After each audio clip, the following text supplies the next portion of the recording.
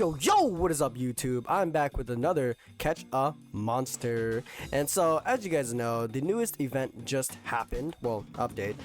It was a pretty solid update, in my opinion. They changed up the admin boost just a tad bit. Nothing too crazy. They added a new little game mode, which I thought was nice. It was alright. It was cool. But, I mean, it was like, yeah, come on, about time, right? But anyways, let's go straight into the Rift event. As you guys can see, it's another one of these events, which I personally really do like. But, to each their own if you don't like it. I really like the event shop because they actually put stuff in here that is actually very, very useful. And I honestly think this is probably the best shop I've seen in a while. Obviously, the electric amethyst, if you guys don't know what that is, it is a potion that gives you a chance to give you a huge, shiny, or a bloodlet on your monster. Let me just quickly show you guys here. Example, I do this. So look, as you guys can see, I have a 10%, 45, 45. And another thing they added in this event is that you can now have a super roll, which basically only increases your evolution multiplier. From what I've seen, it only boosts your evolution multiplier from either 1% to 10%. I don't know if it boosts it any higher than that. So I do recommend you try to get as high as you can with a normal chaos potion first, and then you can use the upgraded version. If you guys don't know how to craft it, you guys go over here. Come over here and get this anchoring core from the Rift event over here. Scroll down and you get it from right here. They should have made more in stock. I don't know why they only had like 3 in stock. That's a bit weird in my opinion. But yeah, anyways, you guys probably only care about the newest monsters, the crystalfae and the aetherpanther. So tier list will be coming out pretty soon, and first looks on these guys, Aetherpanther already blitzes Abyssal Drake easily. Their stats, the base stats of an Aetherpanther is double that of an Abyssal Drake, as you guys can see here. S rank comparable to the Abyssal Drake's S rank. See what I mean? You see what I mean? And they also added a corruption thing. I don't know what this new mutation is, but it's probably gonna be pretty cool. I'm curious to see what they do with corruption. I'm not too sure what that could even mean, to be honest. But yeah, and then obviously crystalfae is very, very good as well. I don't know, when I was fighting her, I swear she was pumping out damage to me. Like the Vortex Nova, and then instantaneously you do Tsunami. It's just like she's pretty crazy. So let me go ahead and show you guys exactly what's changed. If you go over here to the Blossom Haven, you can actually unlock the newest kind of event thing, I guess, which is the maze. Now, be warned, you do need the Blade Tooth and the Shade Cloak, which are both rare monsters from Blossom Haven itself. Let's go ahead and look at, Blade Tooth, and I was actually lucky enough to hatch an S rank, or actually catch an S rank Blade Tooth on stream. So very, very lucky to me.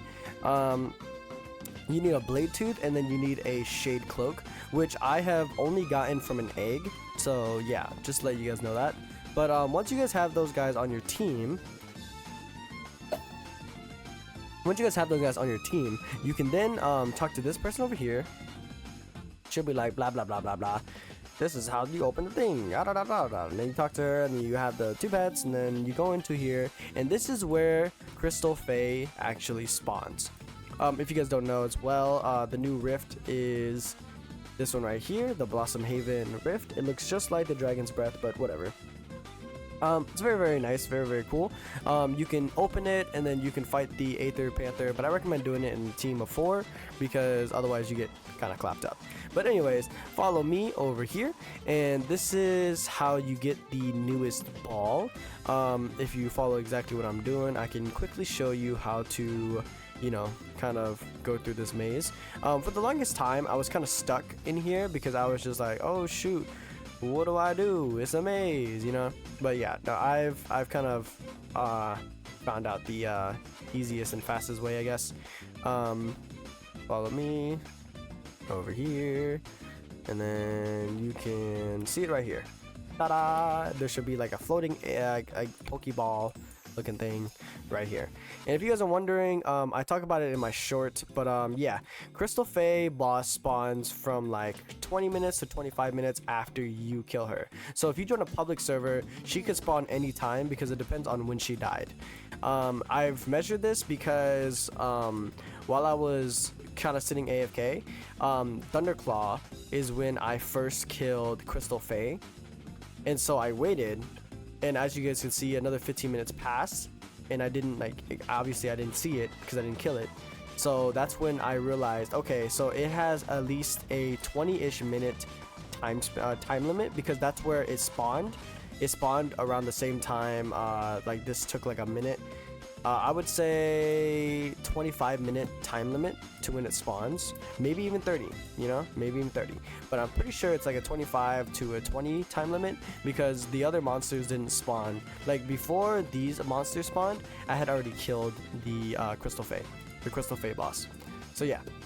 If you guys also don't know, these are the moves of the newest monsters: Vortex Nova, obviously Bale Breath, Thunder Stun, Spire Dominance, and I know these are very long cooldowns, but they are very cracked. Like Bale Breath, like it increases attack, dude, it's insane.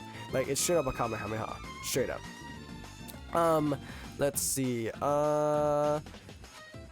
There's a couple of other things. Nothing else really changed too much. I guess in the shop, they made it super easy for you to, you know, buy the Ascension stuff, so you can actually evolve an SS rank. And another thing is the trader event will be leaving soon, so if you didn't already, you know, do that and take advantage of that, then, you know, you are gonna end up missing your chance after 6 hours and 50 minutes.